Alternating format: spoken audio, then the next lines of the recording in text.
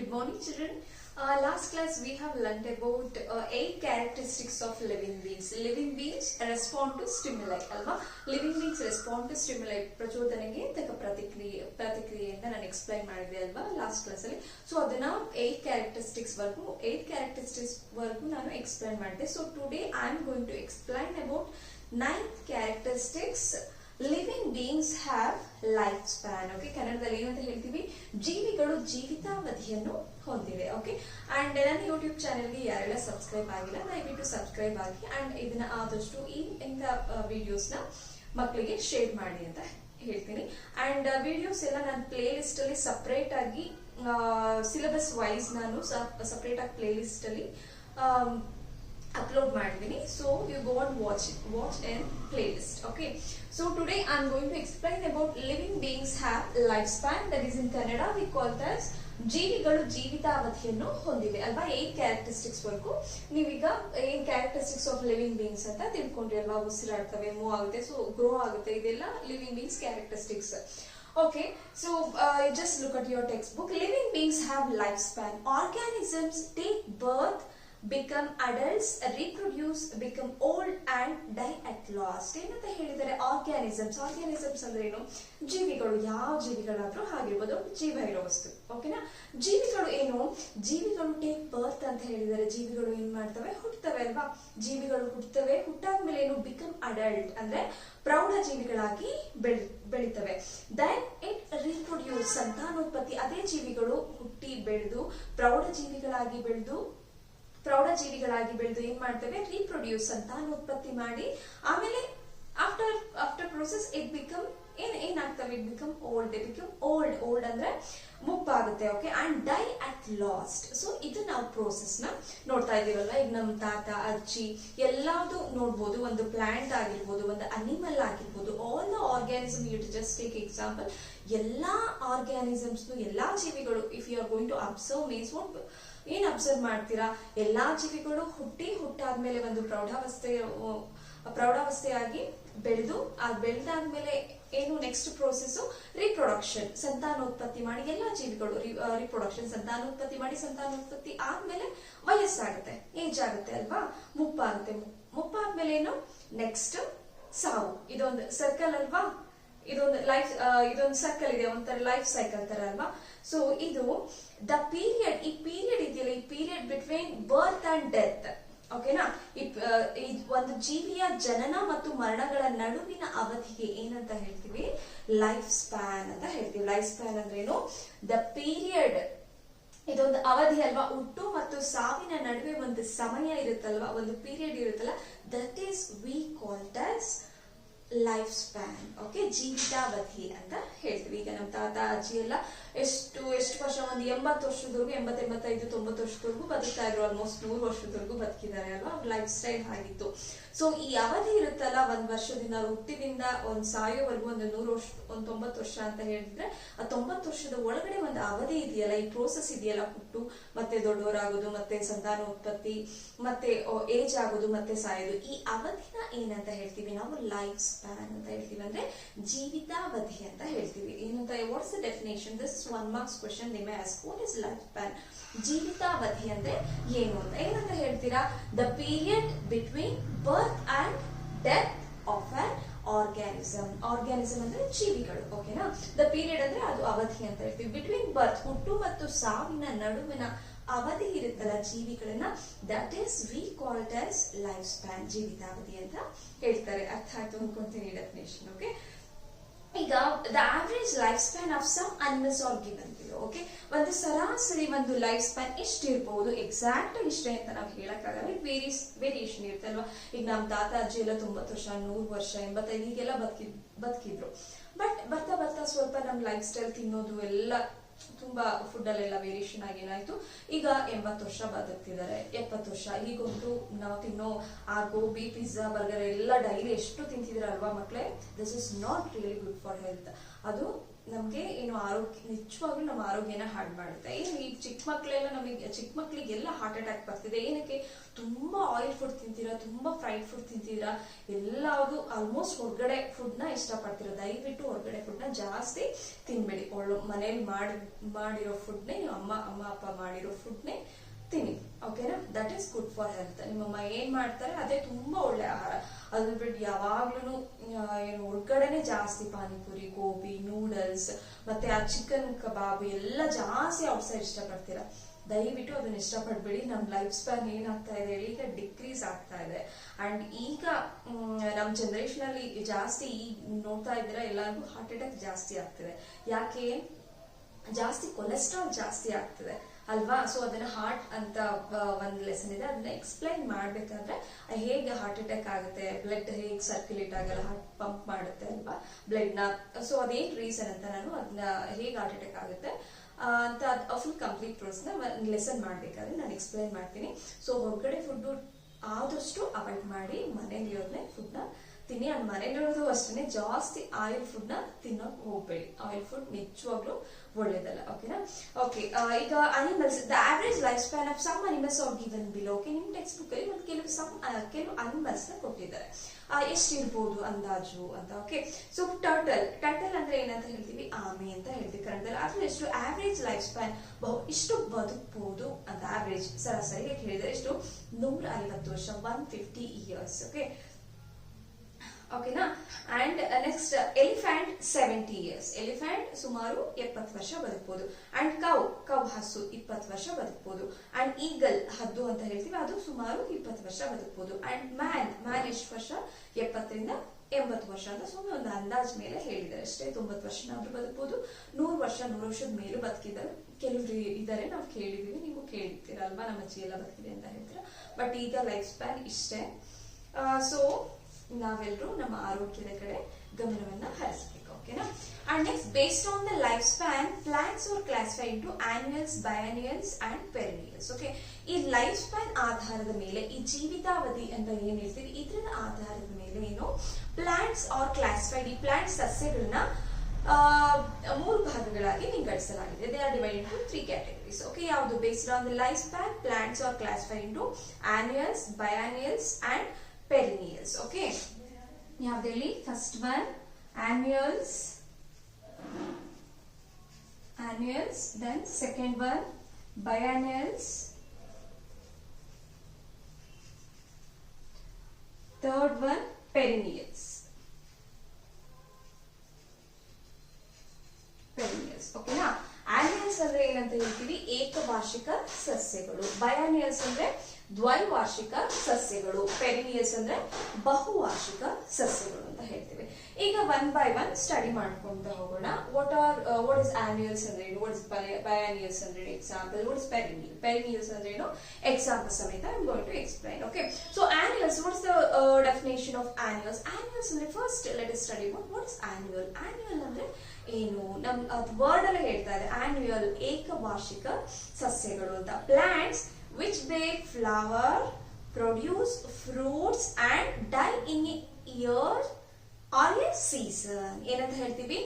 ಒಂದು ವರ್ಷ ಅಥವಾ ಒಂದು ಋತುವಿನ ಅವಧಿಯಲ್ಲಿ ಹೂ ಬಿಟ್ಟು ಕಾಯಾಗಿ ಹಣ್ಣಾದ ಮೇಲೆ ನಾಶವಾಗುವ ಸಸ್ಯಗಳು ಅಂತ ಹೇಳ್ತೀವಿ. ಏನೋ ಒಂದು ವರ್ಷ ಅಥವಾ ಒಂದು ಋತು, ಒಂದು ಸೀಸನ್ ಅಂತ ಹೇಳ್ತೀವಿ. ಈಗ ಮಳೆಗಾಲ ಆಗಿರ್ಬೋದು, ಚಳಿಗಾಲ ಆಗಿರ್ಬೋದು, ಬೇಸಿಗೆಗಾಲ ಆಗಿರ್ಬೋದು. ಹೀಗೆ ಒಂದು ಋತು, ಒಂದು ಸೀಸನ್ ಅಲ್ಲಿ ಅದೇನ್ ಮಾಡುತ್ತೆ? ಒಂದು ಸಸ್ಯ ಹೂ ಬಿಟ್ಟು ಕಾಯಾಗಿ ಹಣ್ಣಾಗಿ ಮತ್ತೆ ಅದು ಸತ್ತು ಹೋಗುತ್ತೆ. ಓಕೆನಾ? ಮತ್ತೆ ಅದು ಡೈ ಆಗುತ್ತೆ.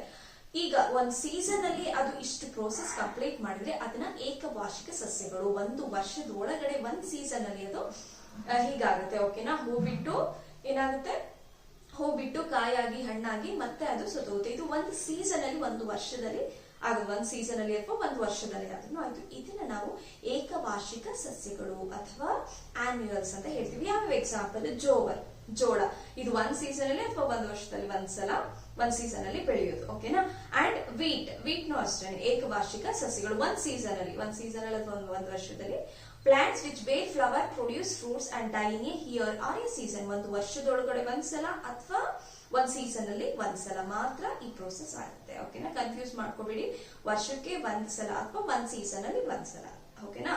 ವೀಟ್ ಎಕ್ಸಾಂಪಲ್ ವೀಟ್ ಕೊಡ್ಬೋದು, ಅಂಡ್ ಪ್ಯಾಡಿ ಭತ್ತ, ಅಂಡ್ ಪಂಪ್ಕಿನ್ ಕುಂಬಳಕಾಯಿನೂ ಅಷ್ಟೇ ಎಲ್ಲಾ ವರ್ಷನೂ ನಾವು ಬೆಳೆಯಕ್ಕಾಗಲ್ಲ, ಇದೊಂದು ಸೀಸನ್. ಕುಂಬಳಕಾಯಿ ಈಗ ಇನ್ನೊಂದು ಏನಂತ ಹೇಳ್ತೀವಿ, ಸೋರೆಕಾಯಿ ಏನೋ ಹೇಳ್ತೀವಿ ಕುಂಬಳಕಾಯಿಗೆ, ಇನ್ನೊಂದು ನಾವು ಪಲ್ಯಕ್ ಮಾಡ್ಕೊಂಡು ತಿಂತೀವಲ್ಲ ಆ ಕುಂಬಳಕಾಯಿ, ಅದು ಆಲ್ಮೋಸ್ಟ್ ದೀಪಾವಳಿ ಸೀಸನ್ ಅಲ್ಲಿ ನಾವು ಜಾಸ್ತಿ, ದೀಪಾವಳಿ ಸೀಸನ್ ಅಲ್ಲಿ ಜಾಸ್ತಿ ಸಿಗುತ್ತೆ ಅದು, ಆ ಸೀಸನ್ ಅಲ್ಲಿ ಜಾಸ್ತಿ ಬೆಳಿತೀವಿ ವರ್ಷಕ್ಕೊಂದ್ಸಲ ಅಲ್ವಾ.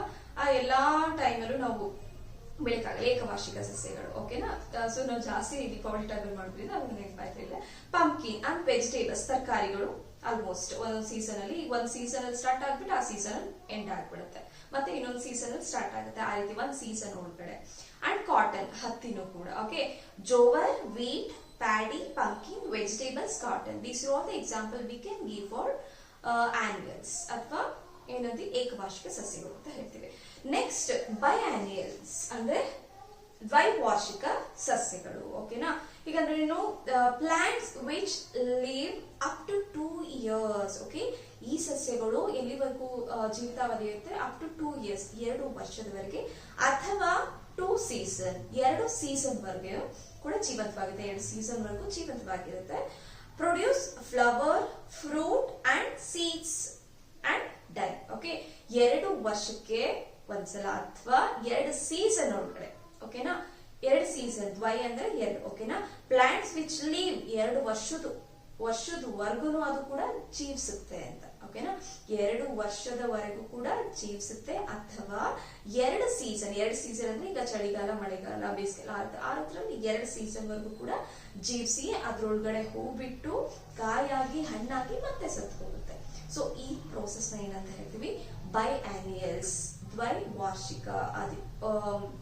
ಕೆಲವು ಸಲ ನೀವು ಕ್ವೆಶ್ಚನ್ ಆನ್ಸರ್ ಬ್ಲೈಂಡ್ ನಮಗೆ ನೆನಪಾಗ್ಲಿಲ್ಲ ಅಂದ್ರೆ ಬ್ಲೈಂಡ್ ಅಪ್ ಕೂಡ ನಾವು ಬರಿಬಹುದು, ಯಾಕೆಂದ್ರೆ ಕ್ವೆಶ್ಚನ್ ಅಲ್ಲೇ ಆನ್ಸರ್ ಇರುತ್ತೆ, ಸ್ವಲ್ಪ ಅರ್ಥ ಮಾಡ್ಕೊಂಡೆ. ಈಗ ನೋಡಿ, ಬೈಆನ್ಯುಯಲ್ಸ್ ಅಂದ್ರೆ ಬೈ ಅಂದ್ರೆ ಏನು, 2 ವರ್ಷದೊಳಗಡೆ ಹೂ ಕಾಯಿ ಎಲ್ಲ ಬಿಟ್ಟು ಸತ್ತು ಹೋಗುದು.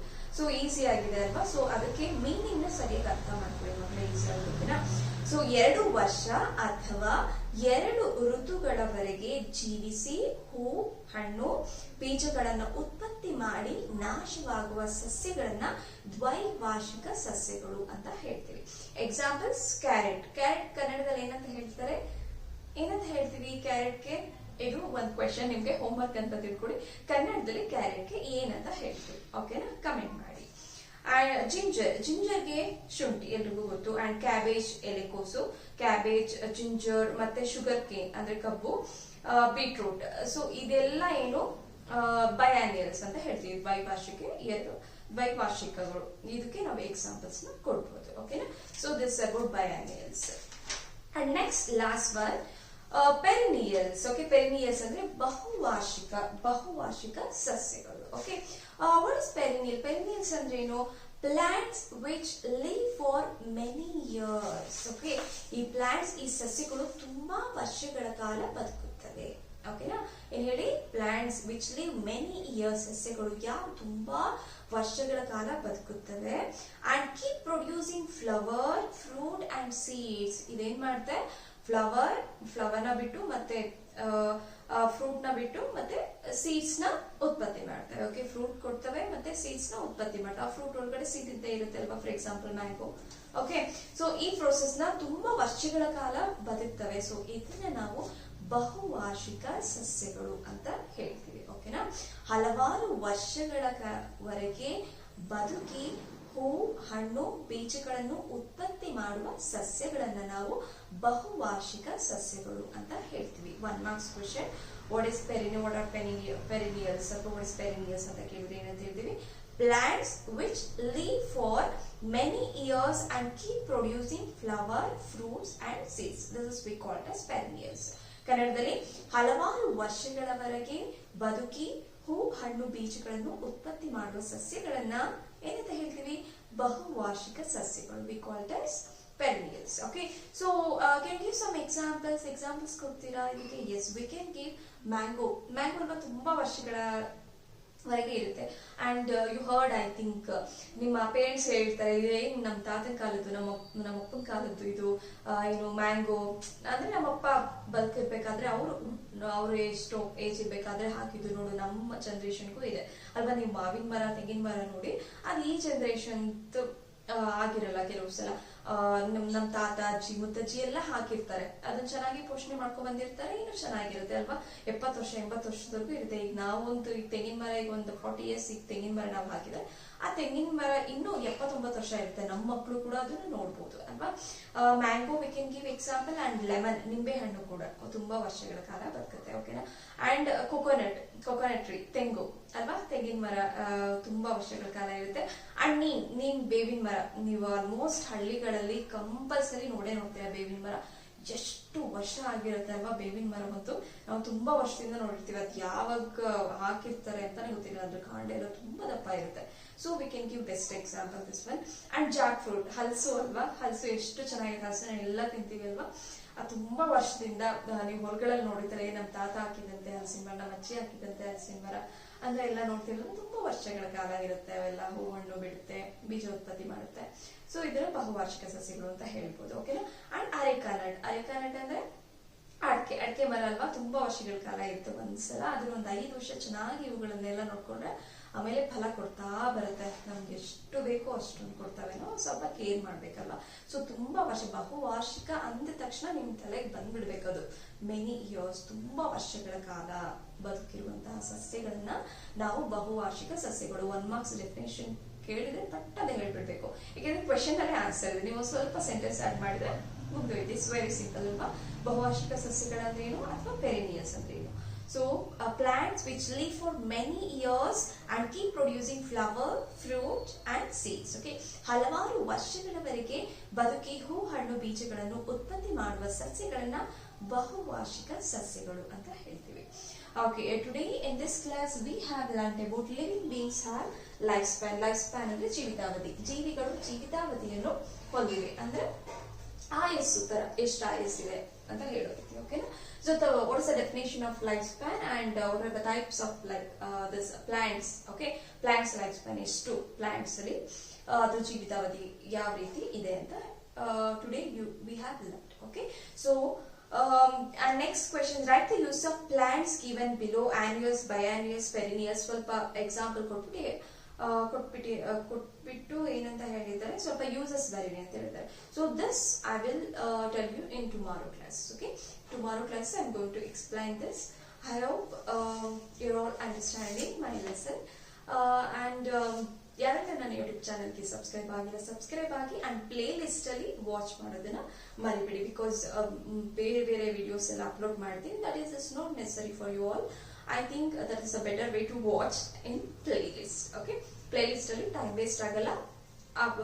ಕರೆಕ್ಟ್ ಆಗಿ ಒಂದು ಏನು ಸೀರಿಯಲ್ ಅಲ್ಲಿ ಒಂದು ವಿಡಿಯೋಸ್ ನ ಅಪ್ಲೋಡ್ ಮಾಡಿದ್ದೀನಿ. So you can watch without disturbance. Okay, okay, tomorrow I'm going to explain next topic, children. Thank you all.